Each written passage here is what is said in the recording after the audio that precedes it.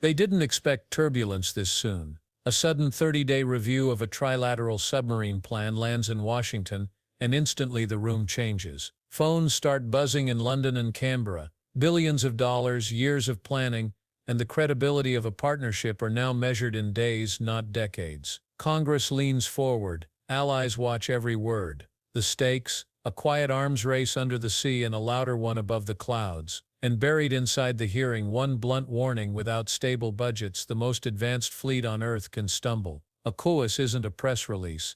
Mr. Secretary, this morning, the eyes of our closest allies, UK and Australia, are on your department as a result of Undersecretary of Policy Eldridge Colby's announcement that last night that he's launching a 30-day review of the trilateral AUKUS mission. I would just note that it's not just their eyes, it's our eyes in this committee. In 2023, by a vote of 310 to a small minority, we passed the AUKUS authorities and followed up on that in terms of AUKUS investments in the billions of dollars into our submarine industrial base. Australia has reciprocated, as you know, with its own investments in our submarine industrial base. And since then, since 2023, what we've seen that the three countries working together, that we now have well over 100 Australian sailors and naval officers that have gone through joint training. I've seen them in my district at graduation ceremonies. They're joint crewing Virginia-class submarines. We also have joint U.S.-Australian submarine repair work that's happening in Guam and Hawaii. And our submarine industrial base last year delivered 2 Virginia-class attack submarines. They're the New Jersey and Iowa. This year it'll be Massachusetts and Idaho, and the year following it's going to be Arkansas and the Utah are going to be delivered during that 3-year period. General Kane, how many nuclear-powered attack submarines is in the Chinese Navy? Do you know that answer? It's nuclear-powered attack boats. I Yes. mean, it's How many attack yes, sir. nuclear-powered? Many. I'll get you. No, the well, the number. answer is 6. Yes, sir. Okay, so what we've seen in the industrial base is that last year, this year, and next year, we're going to be delivering that identical number. They're building a 7th. You can check the Wall Street Journal, and you can see where that boat ended up at the bottom of the Yangtze River because of their inability to actually do the hard work of building nuclear-powered submarines, which is probably one of the most complex undertakings in really industry of any sort. Again, the Australians are investing in Perth, and so that we are going to have rotations of Virginia-class submarines that are already started to happen. Admiral Paparo testified in vocal support of AUKUS when he came before this committee just a few weeks ago. And again, I would just say, you know, there is nothing wrong with reviewing any program. We're all accountable. Anything of this magnitude certainly deserves review. But a 30-day review on a project that really took years to develop, in which this committee was instrumental in terms of in enabling. And in my opinion, China's reaction to AUKUS is the ultimate sort of endorsement of AUKUS because they hate it. And the one commitment I would ask, Mr. Secretary, is just your commitment that this committee and Congress is going to be integrally involved in whatever the review process is, because we have skin in the game, we have history, and we have allies who really are, again, issuing statements this morning. The Prime Minister of England, the Stephen Lovegrove, the special representatives for AUKUS, Richard Marles, putting out statements trying to reassure their countries that the U.S. is still going to follow through on this commitment. And we want that reassurance as well from you. Can you, again, give us that commitment that Congress will be involved in this review process? And I have one more follow-up question. As it has been, Congress will be involved, but I've had an ongoing review myself. I've spent a great deal of time with Marles and Healy at the Australia and UK. And I've been following your work reviewing it myself. Yes. Secretary Colby's reviewing it. Okay. We know that. It's all important to make sure it fits our needs. State also. Department, by the way, has skin in the game too, and they should be involved in it as well. I just want to reiterate Mr. Rogers' point and Mr. Smith's point. If we really care about strengthening the industrial base, We need to have procurement stability, which means we need to have a budget, a real budget, not a $20 billion shipbuilding budget, which Senator Wicker just eviscerated a couple of days ago. That's $17 billion less than the last Biden shipbuilding budget. That's what got sent over to us. And again, that's the way, and I represent a district that is the general contractor for both programs. You want to strengthen hiring, supply chain, and facility growth. You need to have procurement stability. That's not what we're seeing from the Office of Management and Budget. I yield back.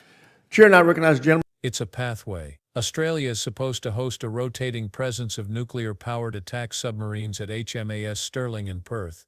1 British boat, up to 4 American boats beginning as early as 2027. That rotation is the on-ramp where sailors learn, shipyards adapt, and regulators get confident enough for Australia to one day run its own nuclear-powered fleet safely. It's mechanical, it's legal, it's human, and it's all about rhythm. Rotations arrive on time.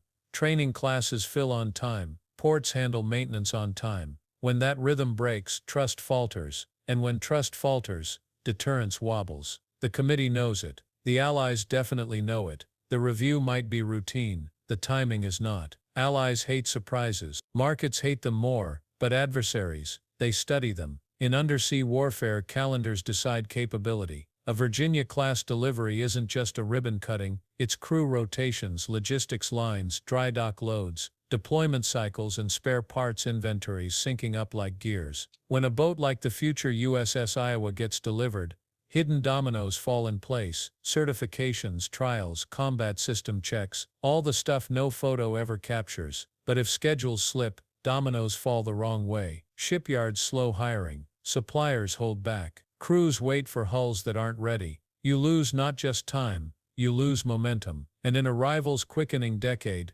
momentum is the currency. The argument in the room was simple: if you want the industrial base to scale for allies and the U.S. Navy at the same time, you can't jerk the wheel each budget season. Stability isn't a luxury line item, it's the keel. Here's the part that cuts through speculation. Confirmed numbers put China's nuclear-powered attack subs around 6 Shang-class boats with improving sensors and weapons. That number alone doesn't tell the whole story. Training hours, maintenance chops, acoustic signatures, and quieting tech do. Rumors online talk up new variants and bigger batches. Maybe, maybe not. What matters is that undersea contests are measured in hours of silence and years of patience. Experience compounds. Crews that have lived through miserable repairs and hard deployments become the crews you want when things go wrong. That's why rotations in Perth matter. That's why submarine deliveries on time matter. That's why shipyards that can promise a date and hit it matter more than any headline. Stability sounds like a spreadsheet word until you realize it decides who shows up to weld, who invests in a new hull section mill,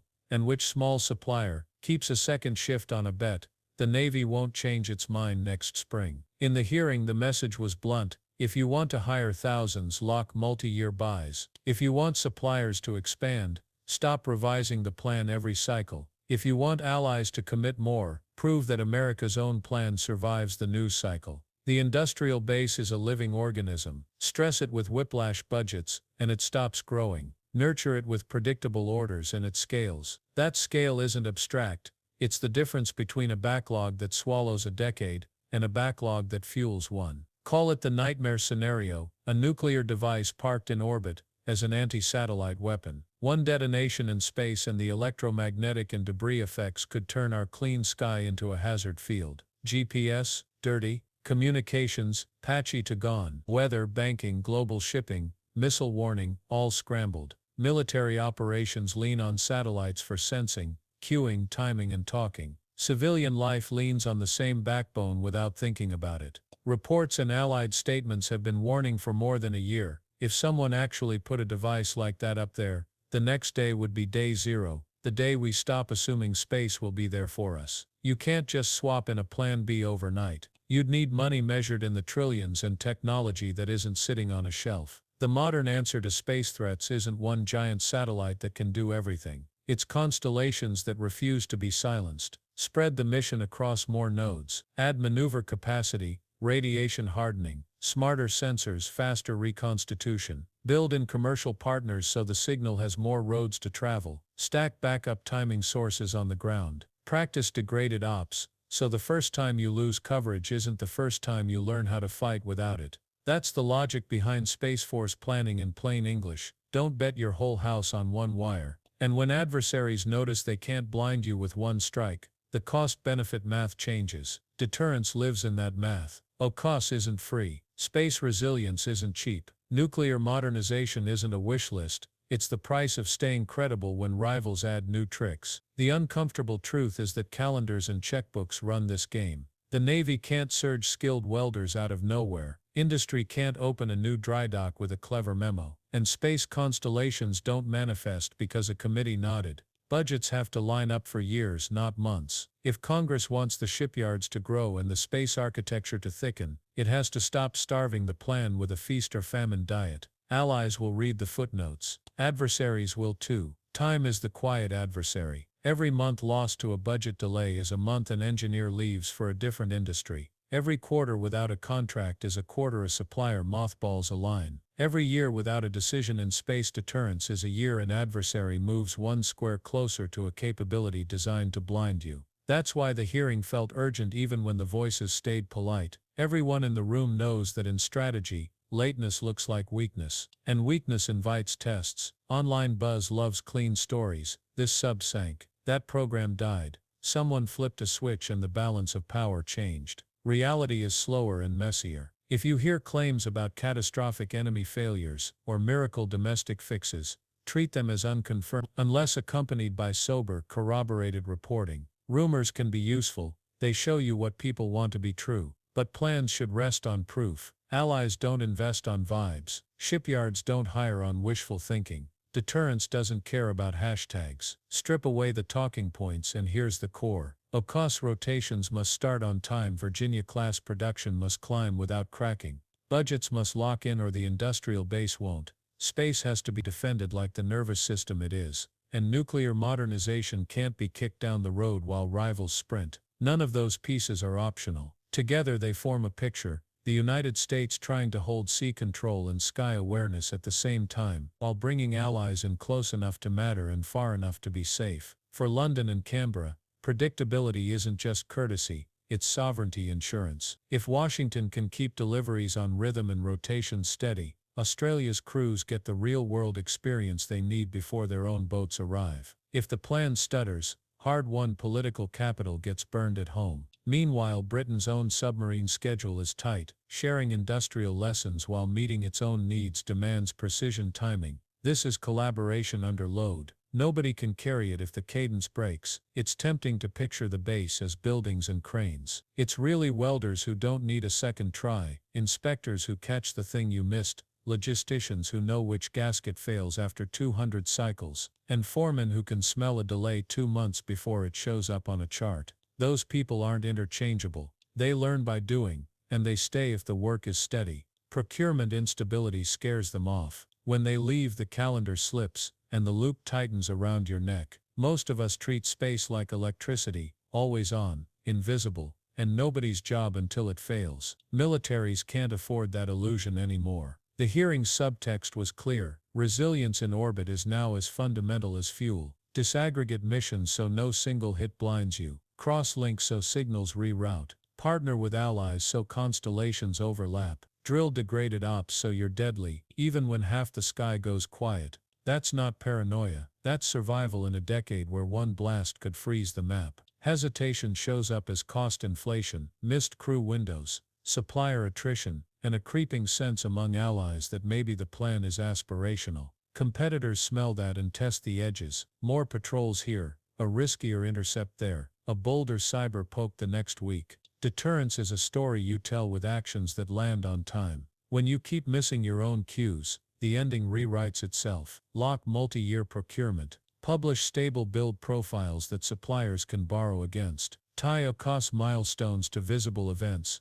port visits, maintenance overhauls, graduation cohorts, so publics see progress, not just promises. In space, accelerate layered defenses, proliferated LEO for comms and sensing, maneuverability, radiation hardening, and rapid replenishment pipelines. Practice losing things on purpose and fighting anyway. And communicate with one voice. Allies don't need drama. They need dates. This isn't a story about one hearing. It's a snapshot of a hinge moment. Under the sea, the boats that arrive on time change the math. Above the clouds, the nodes that refuse to die keep the lights on. In between, budgets either build muscle or bleed it. The clock is loud right now. If the plan holds and the cadence tightens, the United States and its allies don't just keep an edge, they widen it. If not, someone else writes the tempo. The difference will be measured in deliveries, in rotations, and in a sky that stays open when it matters most. If you care about America's edge at sea and in space, share this, stay informed,